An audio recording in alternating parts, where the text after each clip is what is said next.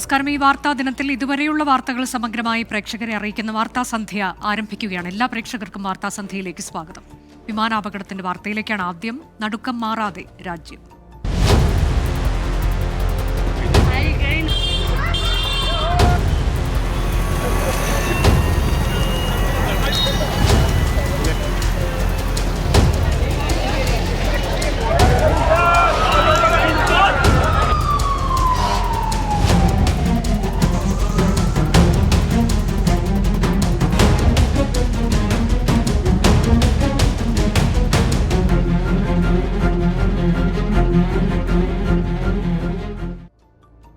അഹമ്മദാബാദ് വിമാന ദുരന്തത്തിൽ ഉള്ളുലഞ്ഞ് രാജ്യം. ദുരന്തത്തിൽ 290 പേരാണ് മരിച്ചത്. അപകടസ്ഥലത്ത് ഇപ്പോഴും തിരച്ചിൽ തുടരുകയാണ്. തിരിച്ചറിഞ്ഞ മൃതദേഹം ബന്ധുക്കൾക്ക് വിട്ടു നൽകി തുടങ്ങി. തകർന്ന ഹോസ്റ്റലിൽ നിന്ന് കാണാതായ നിരവധി മെഡിക്കൽ വിദ്യാർത്ഥികളുടെ കാര്യത്തിൽ ആശയക്കുഴപ്പം തുടരുകയാണ്. അപകടസ്ഥലം പ്രധാനമന്ത്രി നരേന്ദ്രമോദി സന്ദർശിച്ചു.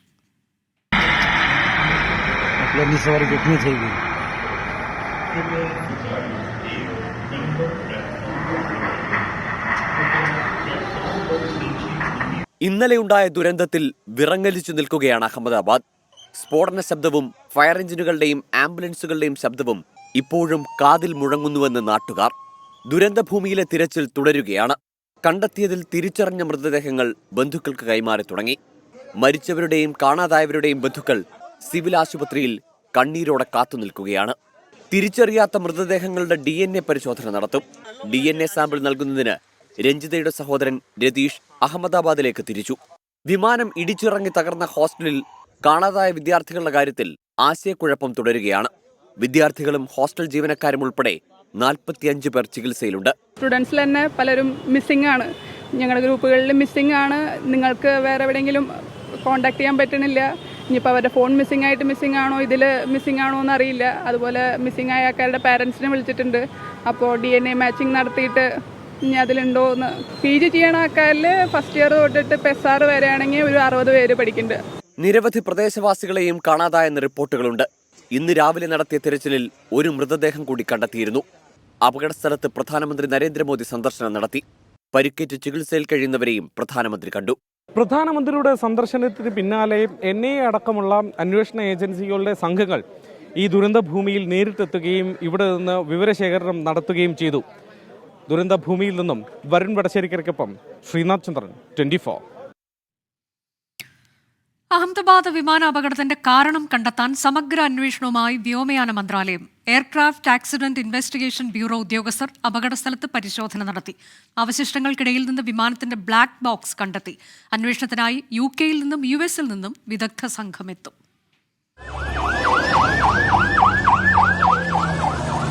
എഞ്ചിനുകൾക്ക് സംഭവിച്ച തകരാർ അപകടത്തിലേക്ക് നയിച്ചുവെന്നാണ് ദൃശ്യങ്ങൾ പരിശോധിച്ചുള്ള പ്രാഥമിക വിലയിരുത്തൽ. എന്നാൽ വീണ്ടെടുത്ത ബ്ലാക്ക് ബോക്സ് ശാസ്ത്രീയ പരിശോധന നടത്തിയാലേ യഥാർത്ഥ കാരണം അറിയാനാകൂ. ഫ്ലൈറ്റ് ഡാറ്റ റെക്കോർഡറും കോക്പിറ്റ് വോയിസ് റെക്കോർഡറും അടങ്ങിയതാണ് ബ്ലാക്ക് ബോക്സ്. വിമാനത്തിന്റെ വേഗത, കൈവരിച്ച ഉയരം, സാങ്കേതിക തകരാറുകൾ, പൈലറ്റുമാരുടെ സംഭാഷണം ഉൾപ്പെടെ 80 നിർണായക വിവരങ്ങളാണ് ബ്ലാക്ക് ബോക്സിൽ ഉണ്ടാവുക. ഇത് DGCAയുടെ ഫോറൻസിക് സയൻസ് ലാബിലാകും പരിശോധന നടത്തുക. ഇതിന്റെ ഫലമാകും അപകട കാരണം കണ്ടെത്താൻ നിർണായകമാവുക.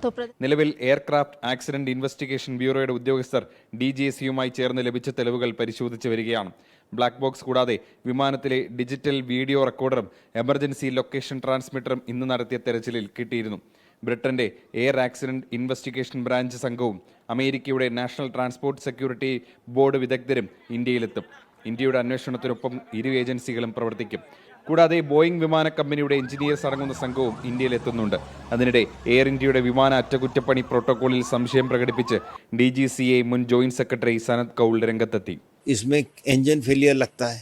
सबसे बड़ी चीज़ तो ये है कि 2 इंजन होते हैं, दोनों इंजन लगते हैं फेल हो गए. एक इंजन अगर होता तो तब भी चल जाता और एटलीस्ट वापस तो आ जाता घूम घाम के.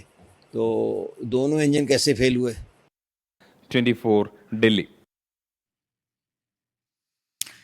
അഹമ്മദാബാദ് വിമാനാപകടത്തിന്റെ പശ്ചാത്തലത്തിൽ രാജ്യത്തെ എല്ലാ ബോയിംഗ് വിമാനങ്ങളിലും പരിശോധന നടത്താൻ DGCAയുടെ ഉത്തരവ്. വിമാനത്തിൽ പക്ഷി ഇടിച്ചിട്ടില്ലെന്ന് പ്രാഥമിക അന്വേഷണത്തിൽ കണ്ടെത്തി. പൈലറ്റുമാർക്ക് പിഴവുണ്ടാകാനുള്ള സാധ്യത കുറവാണെന്നും കണ്ടെത്തലുണ്ട്. ബ്ലാക്ക് ബോക്സിന്റെ വിശദ പരിശോധന തുടരുകയാണ്. ഞങ്ങളുടെ പ്രതിനിധി S. ശ്രീനാഥ് ചന്ദ്രൻ അഹമ്മദാബാദിൽ നിന്ന്, ഒപ്പം പരുക്കേറ്റവർ ചികിത്സയിലുള്ള അഹമ്മദാബാദ് സിവിൽ ആശുപത്രിയിൽ നിന്ന് വിഷ്ണു സുരേഷ് എന്നിവർ തത്സമയം വിശദാംശങ്ങളുമായി. ആദ്യം ശ്രീനാഥ് ചന്ദ്രനിലേക്ക്. ശ്രീനാഥ്, ഇപ്പോൾ ഒരു പ്രാഥമിക റിപ്പോർട്ട് എന്ന തരത്തിലേക്ക് ദേശീയ മാധ്യമങ്ങളെല്ലാം നൽകിക്കഴിഞ്ഞു. കുറച്ച് മുൻപ് തന്നെ ആ വിവരങ്ങൾ പുറത്തു വന്നതാണ്. ഇതിൽ ഓവർലോഡ് എന്നൊരു സാധ്യത തള്ളിക്കളയുന്നു. കാരണം കുറച്ച് സീറ്റുകൾ വേക്കൻ്റായി ഉണ്ടായിരുന്നുവെന്ന്, ഒപ്പം തന്നെ പക്ഷിയിടിക്കാനുള്ള സാധ്യത അത് തള്ളിയിരിക്കുന്നു. പൈലറ്റുമാർക്ക് പിഴവ് വരാനുള്ള സാധ്യത അതെല്ലാം തള്ളിയിരിക്കുകയാണ്. അങ്ങനെയെങ്കിൽ ഇനിയിപ്പോൾ ബ്ലാക്ക് ബോക്സിൻ്റെ പരിശോധന, ഒപ്പം DVR കിട്ടിയിട്ടുണ്ട്. ഇതെല്ലാം വിശദമായി തന്നെ പരിശോധിച്ച് എന്ത് സംഭവിച്ചിരിക്കാം എന്നതിലേക്ക് എത്തുക എന്നത് വളരെ പ്രധാനമാണല്ലോ. 2 എഞ്ചിനും തകരാറുണ്ടായിട്ടുണ്ട് എന്നുള്ള അസ്വാഭാവികത ഇവിടെ സംഭവിച്ചിട്ടുണ്ട് എന്നും റിപ്പോർട്ട് വന്നല്ലോ. അനുജ, ഏതായാലും ഇങ്ങനൊരു അപകടത്തിലേക്ക് നയിക്കാനുള്ള സ്വാഭാവികമായി നമ്മൾക്ക് പ്രതീക്ഷിക്കാൻ കഴിയുന്ന പ്രതിസന്ധികളൊന്നും തന്നെ ആ സമയത്ത് ഉണ്ടായിരുന്നില്ല. വിമാനത്തിന് അത്രയധികം ഒരു കാലപ്പഴക്കം ഉണ്ടായിട്ടില്ല. മാത്രമല്ല, വിമാനം പറത്തിയ പൈലറ്റുമാർക്ക് പരിചയക്കുറവില്ല. അവർ ഏതാണ്ട് 8000 മണിക്കൂറിലധികം വിമാനം പറത്തിയിട്ടുമുണ്ട്. ആ പരിചയം അവർക്കുണ്ട്. മാത്രമല്ല, കാലാവസ്ഥ അനുകൂലമായിരുന്നു. ശക്തമായ കാറ്റോ മറ്റോ ഉണ്ടായിരുന്നില്ല. വിസിബിലിറ്റി 6 കിലോമീറ്ററിൽ അപ്പുറത്തേക്ക് ഉണ്ടായിരുന്നതാണ്. അതുകൊണ്ട് പ്രതികൂലമായ സാഹചര്യങ്ങളൊന്നും തന്നെ ഉണ്ടായിരുന്നില്ല. പിന്നെ എങ്ങനെ ഈ അപകടത്തിലേക്ക് പോയി എന്നുള്ളത് മനസ്സിലാവണമെങ്കിൽ ഈ ബ്ലാക്ക് ബോക്സിൽ നിന്ന് കിട്ടുന്ന വിവരങ്ങൾ നിർണായകമാണ്. ഇന്നിപ്പോൾ റൂഫ് ടോപ്പിൽ നിന്നാണ്, ഈ കെട്ടിടങ്ങളുടെ അവിടെയുള്ള ഈ ഹോസ്റ്റൽ കെട്ടിടത്തിൻ്റെ മുകൾ നിലയിൽ നിന്നാണ് ഇന്ന് പരിശോധന നടത്തിയപ്പോൾ കിട്ടിയത്. ഈ വ്യോമയാന മന്ത്രാലയത്തിൻ്റെ 40ഓളം ഉദ്യോഗസ്ഥർ ഇന്ന് പരിശോധനയ്ക്ക് മുന്നിൽ ഉണ്ടായിരുന്നു എന്നതാണ് വ്യോമയാന മന്ത്രാലയത്തിൽ നിന്ന് ലഭിച്ചിരിക്കുന്ന വാർത്താക്കുറിപ്പിൽ ഇപ്പോൾ പറയുന്നത്. അങ്ങനെ റൂഫ് ടോപ്പിൽ നിന്ന് കിട്ടിയ ഈ ബ്ലാക്ക് ബോക്സിൽ നിന്ന് കിട്ടിയ വിവരങ്ങളാകും ഇനി എന്തുകൊണ്ട് അപകടം സംഭവിക്കാനുള്ള കാരണം എന്ത് എന്ന കാര്യത്തിൽ ഒരു വ്യക്തത വരിക. 2 എഞ്ചിനുകൾ ഒരുമിച്ച് പ്രവർത്തനരഹിതമായോ എന്നുള്ളൊരു സംശയമാണ് ഏറ്റവും ഒടുവിൽ ബലപ്പെടുന്നത്. ഈ കാര്യത്തിൽ അടക്കമുള്ള വിവരങ്ങൾ ഈ ബ്ലാക്ക് ബോക്സിലുണ്ട്. ഏതായാലും DGCയുടെ പ്രതികരണം കൂടി നമ്മളിപ്പോൾ കണ്ടതാണ്. അവരും ആ തരത്തിൽ വിമാനത്തിൻ്റെ സാങ്കേതിക തകരാർ എന്നുള്ള നിലയിലേക്ക് പ്രാഥമികമായ നിഗമനത്തിൽ എത്തുന്നു. അതുകൊണ്ടാണ് ഇപ്പോൾ DGCയെ ഇപ്പോൾ എയർ ഇന്ത്യക്ക് ശക്തമായ ഒരു നിർദ്ദേശം നൽകിയിട്ടുണ്ട്. അതായത് ഈ സുരക്ഷ ഉറപ്പാക്കാനായി ഇനി വിമാനങ്ങളുടെ പറക്കലിന് മുൻപ് ഈ ബോയിങ് വിമാനങ്ങൾ, ഈ പ്രത്യേകിച്ച് ബോയിങ് 787 ഇപ്പോൾ അപകടത്തിൽപ്പെട്ടിട്ടുള്ള ഡ്രീം ലൈനർ വിമാനങ്ങൾക്കൊക്കെ തന്നെ പ്രത്യേക പരിശോധന ഈ വിമാനം ടേക്ക് ഓഫ് ചെയ്യുന്നതിന് മുമ്പ് നടത്തണം. മാത്രമല്ല, ട്രാൻസിറ്റ് ഇൻസ്പെക്ഷനും കൃത്യമായി തന്നെ നടത്തണം. ഫ്ലൈറ്റ് കൺട്രോൾ ഇൻസ്പെക്ഷൻ നടത്തണം എന്നുള്ള നിർദ്ദേശം നൽകിയിട്ടുണ്ട്. 15/6/25 മുതൽ ഇത് നടപ്പാക്കുകയും വേണം. ഫ്യൂവൽ പാരാമീറ്റർ, ഈ പല ഘടകങ്ങൾ പറയുന്നുണ്ട്. എന്തിലൊക്കെ പ്രത്യേകിച്ച് പരിശോധന നടത്തണം എന്നത് എണ്ണി പറയുന്നുണ്ട് ഈ ഉത്തരവിൽ, ഈ നിർദ്ദേശത്തിൽ. Inspection of fuel parameter monitoring and associated system checks നടത്തണം. അതായത് ഇന്ധന ടാങ്കുമായി ബന്ധപ്പെട്ട അതിൻ്റെ പ്രവർത്തനമൊക്കെ തന്നെ പരിശോധിക്കണം. Inspection of cabin air compressor and associated system, ഈ ക്യാബിനകത്തെ വിമാനത്തിനകത്തെ മർദ്ദം ക്രമീകരിക്കുന്നതുമായി ബന്ധപ്പെട്ട സിസ്റ്റത്തിൻ്റെ പരിശോധനകൾ. എഞ്ചിൻ കൺട്രോൾ, മൂന്നാമതായി പറയുന്നത് ഇലക്ട്രോണിക് എഞ്ചിൻ കൺട്രോൾ സിസ്റ്റം ടെസ്റ്റാണ്. എഞ്ചിൻ്റെ പ്രവർത്തനം കൃത്യമായി പരിശോധിക്കണം. Engine fuel driven actuator operational test and oil system check, അതും എഞ്ചിനായി ബന്ധപ്പെട്ട പരിശോധനയാണ്. ഹൈഡ്രോളിക് സിസ്റ്റം, ഈ വിമാനത്തിൻ്റെ ലാൻഡിംഗ് ഗിയറുകളുടെ പരിശോധന കൃത്യമായി തന്നെ നടത്തണം. ടേക്ക് ഓഫ് പാരാമീറ്റേഴ്സിൻ്റെ ഒരു റിവ്യൂ, ടേക്ക് ഓഫ് നടന്നതുമായി ബന്ധപ്പെട്ട് ഒരു റിവ്യൂ കൂടി നടത്തണം എന്നും ഈ നിർദ്ദേശങ്ങൾ പറയുന്നുണ്ട്. അങ്ങനെ കൃത്യമായി എണ്ണി പറഞ്ഞുകൊണ്ട് വിമാനത്തിൻ്റെ ഏതൊക്കെ ഭാഗങ്ങളിൽ പരിശോധനകൾ, അത് ടേക്ക് ഓഫിന് മുമ്പ് മാത്രമല്ല, ട്രാൻസിറ്റ്, അത് ഇടവേളയ്ക്ക് ശേഷം, ഇപ്പോൾ ദില്ലിയിൽ നിന്നും വരുന്ന വിമാനം മുംബൈയിലെത്തി, അഹമ്മദാബാദിലെത്തി, പിന്നീട് അത് ലണ്ടനിലേക്ക് പോകുമ്പോൾ അവിടെയും എല്ലാ പരിശോധനകളും കർശനമായി തന്നെ നടപ്പാക്കണം എന്നതാണ് ഈ DGC എയർ ഇന്ത്യക്ക് നൽകിയിട്ടുള്ള നിർദ്ദേശം. ബോയിങ് 787 വിമാനം കാര്യമായി ഉപയോഗിക്കുന്നത് എയർ ഇന്ത്യയാണ്. മറ്റു വിമാന കമ്പനികളൊക്കെ കൂടുതലായും ഉപയോഗിക്കുന്നത് എയർബസിൻ്റെ കുറച്ചുകൂടി ചെറിയ വിമാനങ്ങളാണ് എന്നറിയാം. അതുകൊണ്ട് എയർ ഇന്ത്യക്ക് കർശനമായ നിർദ്ദേശമാണ് ഈ അപകടത്തിൻ്റെ പശ്ചാത്തലത്തിൽ DGCയെ നൽകുന്നത്. ചുരുക്കത്തിൽ ഒരു എഞ്ചിൻ ഫെയിലിയർ ആണ്, വിമാനത്തിനുള്ള സാങ്കേതിക തകരാറാണ് എന്നുള്ള പ്രാഥമിക നിഗമനത്തിലേക്ക് DGC എത്തി എന്നതാണ് ഈ നിർദ്ദേശം കൂടി പരിഗണിക്കുമ്പോൾ, നേരത്തെ കണ്ട പ്രതികരണം കൂടി പരിഗണിക്കുമ്പോൾ മനസ്സിലാക്കേണ്ടത്. അതെ, 2 എഞ്ചിനും തകരാറുണ്ടായിട്ടുണ്ട് എന്നുള്ള ഒരു നിഗമനം അത് നേരത്തെ തന്നെ പുറത്തു വന്നതുമാണ്. ഇനി നമ്മൾ പോകുന്നത് വിഷ്ണു സുരേഷിലേക്കാണ്. പരുക്കേറ്റവർ ചികിത്സയിലുള്ള അഹമ്മദാബാദിലെ സിവിൽ ആശുപത്രിയിൽ നിന്നാണ് വിഷ്ണു സുരേഷ് തത്സമയം ചേരുന്നത്. വിഷ്ണു, മൃതദേഹം ബന്ധുക്കൾ ഏറ്റുവാങ്ങി തുടങ്ങിയിട്ടുണ്ട്. തിരിച്ചറിയാൻ കഴിയുന്ന മൃതദേഹം, അതല്ലാത്തതിന് DNA പരിശോധന വേണം. ഒപ്പം ഇപ്പോൾ മെഡിക്കൽ കോളേജിൽ ഇനിയും കാണാതായ വിദ്യാർത്ഥികളുണ്ട് എന്ന് പറയുന്നു. എന്താണ് നിലവിൽ നൽകാനുള്ള ഏറ്റവും പുതിയ വിവരങ്ങൾ? അനുജ, ഹൃദയഭേദകമായ കാഴ്ചയാണ് സിവിൽ മെഡിക്കൽ കോളേജിൽ നിലവിൽ കാണാൻ സാധിക്കുന്നത്. അത്രയേറെ സങ്കടത്തിലാണ് അവരുടെ ഓരോരുത്തരുടെയും ബന്ധുക്കൾ ഇവിടെ എത്തുന്നത്. പലരും കത്തിക്കരിഞ്ഞ മൃതദേഹം തിരിച്ചറിയാൻ പോലും പറ്റാത്ത രീതിയിലായിട്ടുണ്ട്. DNA പരിശോധന എല്ലാ മൃതദേഹങ്ങൾക്കും നടത്താനാണ് നിലവിൽ തീരുമാനിച്ചിരിക്കുന്നത്. ഇന്ന് രാവിലെ തന്നെ പ്രധാനമന്ത്രി ഈ ആശുപത്രിയിൽ എത്തി പരിക്കേറ്റ ആളുകളെ സന്ദർശിച്ചിരുന്നു. അവർക്കെല്ലാം കൃത്യമായ ചികിത്സ ഉറപ്പാക്കണം, എല്ലാ തരത്തിലുള്ള സൗകര്യങ്ങളും ഉറപ്പാക്കണമെന്ന് പറഞ്ഞാണ് അദ്ദേഹം ഇവിടെ നിന്നും മടങ്ങിയത്. ഇന്ന് നിലവിൽ ഇവിടെ ഈ ഗുജറാത്തിന്റെ വിവിധ മേഖലകളിൽ നിന്നുള്ള പോലീസ് ഉദ്യോഗസ്ഥരും അതോടൊപ്പം ജനപ്രതിനിധികളും എല്ലാവരും ചേർന്നാണ് ഈ അപകടത്തിന്റെ കാര്യങ്ങൾ ഏകോപിപ്പിക്കുന്നത്.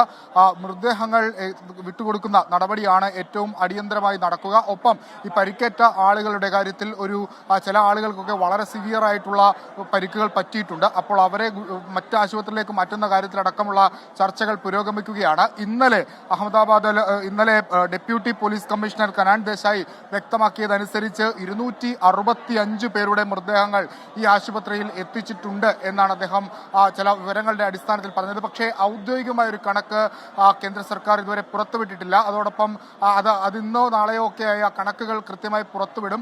പരിക്കേറ്റ ആളുകളുടെ അടക്കം വിവരങ്ങൾ ആ കണക്കിൽ ഉണ്ടാകുമെന്നാണ് നമ്മൾ മനസ്സിലാക്കുന്നത്. ഹൃദയഭേദകമായ കാഴ്ചയാണ്. പലർക്കും ഉറ്റവരെ നഷ്ടപ്പെട്ട ആളുകളൊക്കെ അങ്ങിങ്ങായി സങ്കടം തേങ്ങുന്ന ഒരു കാഴ്ചയാണ് ഈ ആശുപത്രിയിൽ ഉടനീളം ഉള്ളത്. ഉന്നത പോലീസ് ഉദ്യോഗസ്ഥരാണ് ഈ മൃതദേഹം അടക്കമുള്ള കാര്യങ്ങൾ വിട്ടു നൽകുന്നതിന്റെ നടപടിക്രമങ്ങൾ ഏകോപിപ്പിക്കുന്നത്. ഒപ്പം ജനപ്രതിനിധികളും ഇവിടെ എത്തിയിട്ടുണ്ട്.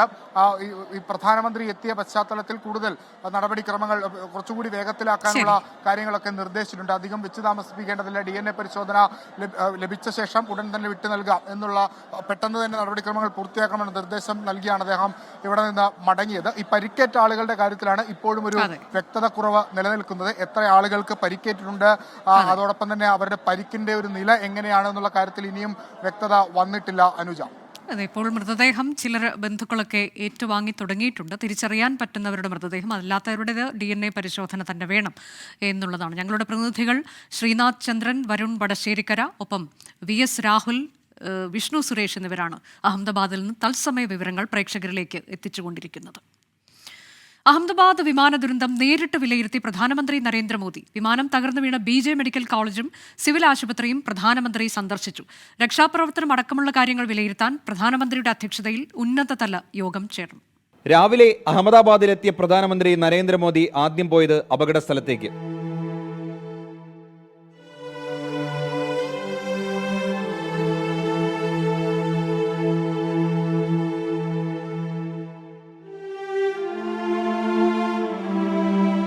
എയർ ഇന്ത്യ CEO, വ്യോമയാന മന്ത്രി, ഗുജറാത്ത് മുഖ്യമന്ത്രി, വിദഗ്ധ സംഘം എന്നിവർ പ്രധാനമന്ത്രിക്കൊപ്പം.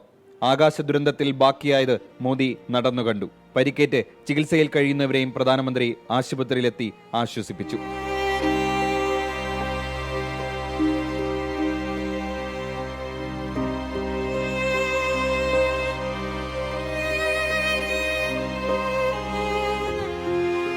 വാർത്ത കേട്ട് രാജ്യം തകർന്നുപോയെന്നായിരുന്നു ദുരന്തസ്ഥലം സന്ദർശിച്ച ശേഷം പ്രധാനമന്ത്രിയുടെ പ്രതികരണം.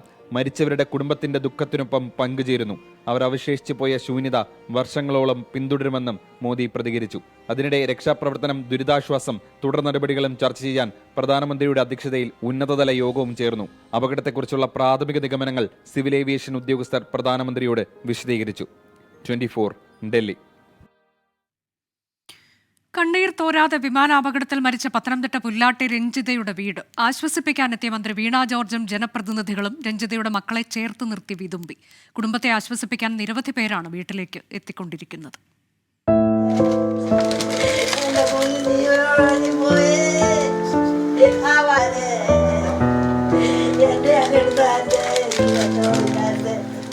ഹൃദയഭേദകമായ കാഴ്ചകൾക്കാണ് പത്തനംതിട്ട പുല്ലാട്ടെ രഞ്ജിതയുടെ വീട് സാക്ഷ്യം വഹിക്കുന്നത്.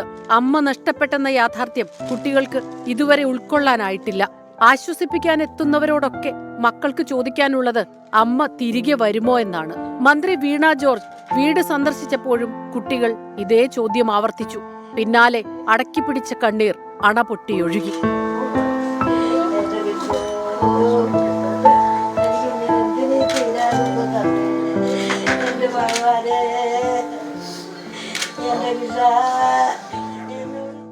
ആശ്വാസവാക്കുകൾ പോലും പറയാനാകാതെ മന്ത്രിയും കുട്ടികൾക്ക് മുന്നിൽ വിതുമ്പി.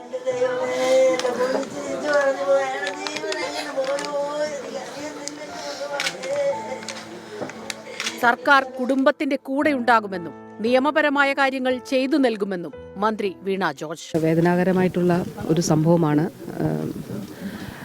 ഈ കുടുംബത്തിനുണ്ടായിട്ടുള്ള നഷ്ടം. അതോടൊപ്പം തന്നെ ജീവിതത്തിൻ്റെ സ്വപ്നങ്ങളുമായിട്ട് മുന്നോട്ട് പോയിട്ടുള്ള രഞ്ജിതയുടെ വിയോഗം തീർച്ചയായിട്ടും ഈ നാടിൻ്റെ അപാര ദുഃഖമാണ്. കുടുംബത്തിൻ്റെ കൂടെ ഉണ്ടാകും. ആവശ്യമായിട്ടുള്ള എന്തൊക്കെ നിയമപരമായിട്ട് ചെയ്യാനുള്ള എല്ലാ കാര്യങ്ങളും അതിൻ്റെ അടിസ്ഥാനത്തിൽ ചെയ്യും. രഞ്ജിത അവസാനമായി മെസ്സേജ് അയച്ച സുഹൃത്ത് ധന്യ അപകട വാർത്തയുടെ ഞെട്ടലിൽ നിന്ന് ഇതുവരെ മുക്തയായിട്ടില്ല. ഇവിടെ നിന്ന് ഇറങ്ങുന്ന സമയത്ത് ഈ ആക്സിഡൻറ്റ് ഉണ്ടാകുന്നതിൻ്റെ തലേദിവസം എന്നെ വിളിക്കുന്നു, കിട്ടുന്നില്ല. അത് കഴിഞ്ഞപ്പോൾ എനിക്ക് ടെക്സ്റ്റ് മെസ്സേജ് ഇട്ടു, ഞാൻ ഇറങ്ങുവാടി എന്ന് പറഞ്ഞുകൊണ്ട് മെസ്സേജ് ഇട്ടു. ആണോടി നീ ഇറങ്ങുവാണോ, ഹാപ്പി ജേർണി എന്ന് ഞാൻ പറയുന്നു. പിറ്റേ ദിവസം നീ ഇടയ്ക്ക് എവിടെയാണെന്ന് ചോദിക്കുന്നുണ്ട്. അവൾ എൻ്റെ അടുത്ത് പറയുന്നുണ്ട് ഞാൻ കണക്റ്റിംഗ് ഫ്ലൈറ്റിന് വെയിറ്റ് ചെയ്യുന്നു എന്ന് പറയുന്നുണ്ട്. ആ ഫ്ലൈറ്റാണ് ക്രാഷായിരിക്കുന്നത്. ജനപ്രതിനിധികളും രാഷ്ട്രീയ നേതാക്കളും മതസമുദായ നേതാക്കളും രഞ്ജിതയുടെ വീട്ടിലെത്തി.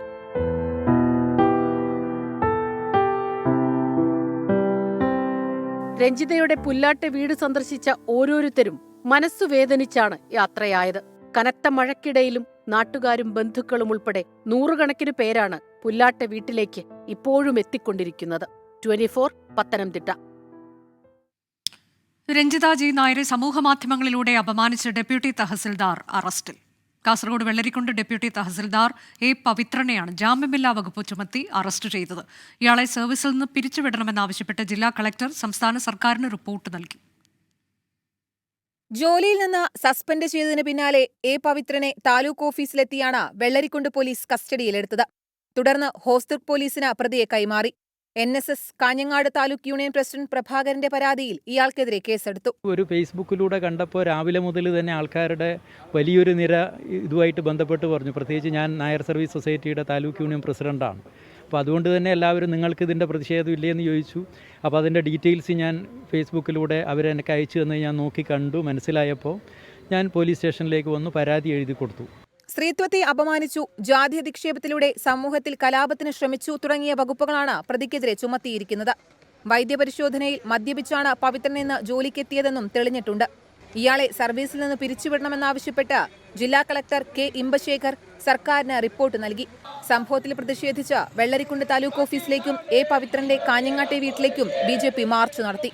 പവിത്രനെതിരെ കൂടുതൽ നടപടി ആവശ്യപ്പെട്ട് വനിതാ ലീഗ്, ജനാധിപത്യ മഹിളാ അസോസിയേഷൻ എന്നീ സംഘടനകളും പ്രതിഷേധിച്ചു. 24 കാസർഗോഡ്. ലോകത്തെ യുദ്ധഭീതിയിലാക്കി ഇസ്രയേൽ ഇറാൻ സംഘർഷം രൂക്ഷമാകുന്നു. ഇന്ന് പുലർച്ചെ ഇറാൻ തലസ്ഥാനം ടെഹ്റാൻ ലക്ഷ്യമിട്ട് ഇസ്രയേൽ നടത്തിയ ആക്രമണങ്ങളിൽ ഉന്നത സൈനിക ഉദ്യോഗസ്ഥരും ആണവ ശാസ്ത്രജ്ഞരും കൊല്ലപ്പെട്ടു. 100-ലധികം ഡ്രോണുകളുമായി ഇസ്രയേലിലേക്ക് ഇറാൻ ആക്രമണം നടത്തി. ചെയ്ത തെറ്റിന് ഇസ്രയേൽ പശ്ചാത്തപിക്കേണ്ടി വരുമെന്നാണ് ഇസ്രയേലിന് ഇറാന്റെ മറുപടി. ദൗത്യം ഇനിയും നീളുമെന്ന് ഇസ്രയേൽ പ്രധാനമന്ത്രി ബെന്യാമിൻ നെതന്യാഹു വ്യക്തമാക്കി. ഇറാൻ തലസ്ഥാനം ടെഹ്റാനെ ലക്ഷ്യമിട്ട് പുലർച്ചെയാണ് ഇസ്രയേൽ ആക്രമണം. ആണവ കേന്ദ്രം, സൈനിക ഉദ്യോഗസ്ഥർ, ശാസ്ത്രജ്ഞർ എന്നിവരെ ലക്ഷ്യമിട്ട് 12 ഇടങ്ങളിൽ വ്യോമാക്രമണം. 200ഓളം യുദ്ധവിമാനങ്ങൾ ആക്രമണത്തിന് ഉപയോഗിച്ചെന്നാണ് റിപ്പോർട്ടുകൾ. ഇറാന്റെ അഭിമാനമായ ഇറാൻ റവല്യൂഷണറി ഗാർഡ് തലവൻ ഹൊസൈൻ സലാമി, സായുധ സേനാ തലവൻ മേജർ ജനറൽ മുഹമ്മദ് ബഗേരി, സൈനിക തലസ്ഥാനത്തിന്റെ ചുമതലക്കാരൻ ഗുലാം അലി റാഷിദ് എന്നിവരാണ് കൊല്ലപ്പെട്ട പ്രധാന സൈനിക ഉദ്യോഗസ്ഥർ. IRGC തലവനായിരുന്ന ഖ്വാസിം സൊലൈമാനി കൊല്ലപ്പെട്ട ശേഷം ഇറാൻ നേരിട്ട വലിയ തിരിച്ചടിയാണിത്. IRGC തലവനായി മുഹമ്മദ് പാക്പൌറിനെയും സൈനിക മേധാവിയായി സയ്യിദ് അബ്ദുൾ റഹീം മൗസാവിയെയും ഇറാൻ പരമോന്നത നേതാവ് അയത്തുള്ള അലി ഖമേനി നിയമിച്ചു. റൈസിംഗ് ലയൺ എന്ന പേരിലായിരുന്നു ഇസ്രയേൽ ഇറാനെ ആക്രമിച്ചത്. ദൗത്യം ഇനിയും നീളുമെന്ന് ആക്രമണം സ്ഥിരീകരിച്ച് ഇസ്രയേൽ പ്രധാനമന്ത്രി ബെഞ്ചമിൻ നെതന്യാഹു പ്രതികരിച്ചു. നഥാൽസിലെ ഇറാന്റെ ആണവ കേന്ദ്രം ആക്രമണത്തിൽ തകർന്നെന്നാണ് റിപ്പോർട്ട്. നിലയത്തിൽ നിന്ന് ആണവ ചോർച്ചയില്ലെന്നാണ് വിവിധ ഏജൻസികൾ റിപ്പോർട്ട് ചെയ്യുന്നത്. മുതിർന്ന ആണവ ശാസ്ത്രജ്ഞരായ ഫരീദുൻ അബ്ബാസി, മെഹദി തെഹ്റാൻഷി എന്നിവരും കൊല്ലപ്പെട്ടു. ജനവാസ മേഖല ലക്ഷ്യമിട്ടായിരുന്നു ഇസ്രയേൽ ആക്രമണമെന്ന് ഇറാൻ ആരോപിച്ചു. ഇസ്രയേലിന് കഠിന ശിക്ഷ നൽകുമെന്നാണ് അയത്തുള്ള അലി ഖമേനിയുടെ മുന്നറിയിപ്പ്. ഇരു രാജ്യങ്ങളും വ്യോമപാത അടച്ചിട്ടുണ്ട്. International desk 24. മറ്റൊരു പ്രധാനപ്പെട്ട വാർത്തയിലേക്ക്. സർക്കാർ പരിപാടികളിൽ ഏതൊക്കെ ബിംബങ്ങളും ചിഹ്നങ്ങളും ഉപയോഗിക്കാമെന്നതിൽ ഗവർണർക്ക് ശുപാർശ നൽകാനൊരുങ്ങി സർക്കാർ. ഇതിന്റെ ആദ്യപടിയായി പൊതുഭരണ നിയമ വകുപ്പുകളിൽ നിന്ന് ചീഫ് സെക്രട്ടറി അഭിപ്രായം തേടി. രാജ്ഭവനിലെ കാവിക്കൊടിയേന്തിയ ഭാരതാംബ വിവാദത്തിന്റെ പശ്ചാത്തലത്തിലാണ് സർക്കാർ നടപടി. പരിസ്ഥിതി ദിനാഘോഷ ചടങ്ങിന് മുമ്പ് ഭാരതാംബയുടെ ചിത്രത്തിന് മുന്നിൽ പുഷ്പാർച്ചന നടത്തണമെന്ന് ഗവർണർ നിബന്ധന വെച്ചതും തുടർന്ന് പരിപാടി ഉപേക്ഷിച്ചതും കൃഷിവകുപ്പ് സർക്കാരിലേക്ക് റിപ്പോർട്ട് ചെയ്തിരുന്നു. ഭാവിയിൽ ഇത്തരം സംഭവങ്ങൾ ആവർത്തിക്കാതിരിക്കാൻ ഉചിതമായ ഇടപെടൽ വേണമെന്നും കൃഷിവകുപ്പ് പ്രിൻസിപ്പൽ സെക്രട്ടറി റിപ്പോർട്ടിൽ നിർദ്ദേശിച്ചിരുന്നു. ഇതിന്റെ അടിസ്ഥാനത്തിലാണ് ഗവർണർക്ക് ശുപാർശ നൽകാൻ സർക്കാർ നടപടി തുടങ്ങിയത്. സർക്കാരിന് നിശ്ചയിക്കപ്പെട്ടുള്ള രീതിക്ക് ഭിന്നമായ ബിംബങ്ങളും ചിത്രങ്ങളും സർക്കാർ ചടങ്ങിൽ ഉപയോഗിക്കുന്ന ഒഴിവാക്കേണ്ടതുണ്ടെങ്കിൽ അപ്രകാരമുള്ള ഉപദേശം മന്ത്രിസഭ സ്വീകരിച്ച് ഗവർണർക്ക് നൽകണമെന്നായിരുന്നു കൃഷിവകുപ്പ് സെക്രട്ടറിയുടെ റിപ്പോർട്ടിലെ നിർദ്ദേശം. ഫയലായി ലഭിച്ച റിപ്പോർട്ടിന്റെ അടിസ്ഥാനത്തിൽ പൊതുഭരണ വകുപ്പിനോടും നിയമവകുപ്പിനോടും അഭിപ്രായം അറിയിക്കാൻ ചീഫ് സെക്രട്ടറി നിർദ്ദേശിച്ചു. ഇത് സംബന്ധിച്ച ഫയലിൽ തന്നെ നിർദ്ദേശം രേഖപ്പെടുത്തുകയാണ് ചീഫ് സെക്രട്ടറി ചെയ്തത്. സർക്കാർ പരിപാടികളിലെ നടപടിക്രമങ്ങൾ നിശ്ചയിക്കുന്നതിനുള്ള ചുമതല പൊതുഭരണ വകുപ്പിലെ പൊളിറ്റിക്കൽ വിഭാഗത്തിനാണ്. ഈ വകുപ്പിന്റെ അഭിപ്രായവും നിയമപരമായ കാര്യങ്ങൾ സംബന്ധിച്ച് നിയമവകുപ്പിന്റെ അഭിപ്രായവും അറിഞ്ഞ ശേഷമായിരിക്കും മന്ത്രിസഭ തീരുമാനമെടുക്കുക. രാജ്ഭവനിലെ എല്ലാ പരിപാടികളിലും ഭാരതാംബയുടെ ചിത്രത്തിന് മുന്നിലെ പുഷ്പാർച്ചന നിർബന്ധമാക്കിയ പശ്ചാത്തലത്തിൽ സർക്കാർ നിലപാടെടുക്കേണ്ടത് അനിവാര്യമാണെന്ന് മന്ത്രിമാർക്കും വകുപ്പ് സെക്രട്ടറിമാർക്കും അഭിപ്രായമുണ്ട്. ഇക്കാര്യത്തിൽ മുഖ്യമന്ത്രി സ്വീകരിക്കുന്ന സമീപനത്തെ ആശ്രയിച്ചായിരിക്കും സർക്കാരിന്റെ അടുത്ത നടപടികൾ. ആർ ശ്രീജിത്ത്, 24, തിരുവനന്തപുരം. ഇടുക്കി പീരുമേട് പ്ലാക്കത്തടത്തിന് സമീപം കാട്ടാനാക്രമണത്തിൽ ആദിവാസി സ്ത്രീ മരിച്ചു. വനവിഭവം ശേഖരിക്കാൻ പോയ 42 വയസ്സുള്ള സീതയാണ് മരിച്ചത്. ഒപ്പമുണ്ടായിരുന്ന ഭർത്താവ് ബിനുവിനും ആക്രമണത്തിൽ പരിക്കേറ്റു. ഇവരുടെ 2 മക്കളും ഒപ്പം ഉണ്ടായിരുന്നു. ഉച്ചയ്ക്ക് 2 മണിയോടെയായിരുന്നു സംഭവം. 1.5 കിലോമീറ്റർ ചുമന്നാണ് സീതയെ ഭർത്താവും മക്കളും വനത്തിന് പുറത്തെത്തിച്ചത്. ഇവിടെ നിന്ന് പീരുമേട് താലൂക്ക് ആശുപത്രിയിൽ എത്തിച്ചപ്പോഴേക്കും മരണം സംഭവിച്ചിരുന്നു. കാട്ടാനാക്രമണത്തിൽ പ്രതിഷേധിച്ച് CPIM-ഉം യൂത്ത് കോൺഗ്രസും പീരുമേട്ടിൽ പ്രകടനം നടത്തി. സീതയുടെ കുടുംബത്തിന് അടിയന്തര നഷ്ടപരിഹാരം നൽകുമെന്ന് വനം വകുപ്പ് അറിയിച്ചു. റെഡ് അലർട്ട് പ്രഖ്യാപിച്ച പശ്ചാത്തലത്തിൽ നാളെയും മറ്റന്നാളും കണ്ണൂരും കാസർഗോഡും വിദ്യാഭ്യാസ സ്ഥാപനങ്ങൾക്ക് അവധി. സ്കൂളുകൾ, അങ്കണവാടികൾ, മദ്രസകൾ, ട്യൂഷൻ സെന്ററുകൾ, സ്പെഷ്യൽ ക്ലാസുകൾ എന്നിവ പ്രവർത്തിക്കാൻ പാടില്ല. കാസർഗോഡ് പ്രൊഫഷണൽ കോളേജുകൾ ഉൾപ്പെടെയുള്ളവയ്ക്കാണ് കളക്ടർ അവധി പ്രഖ്യാപിച്ചത്.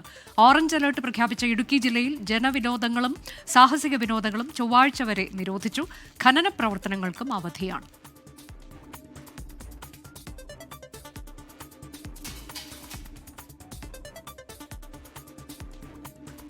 വാർത്താ സന്ധ്യ അവസാനിക്കുന്നു.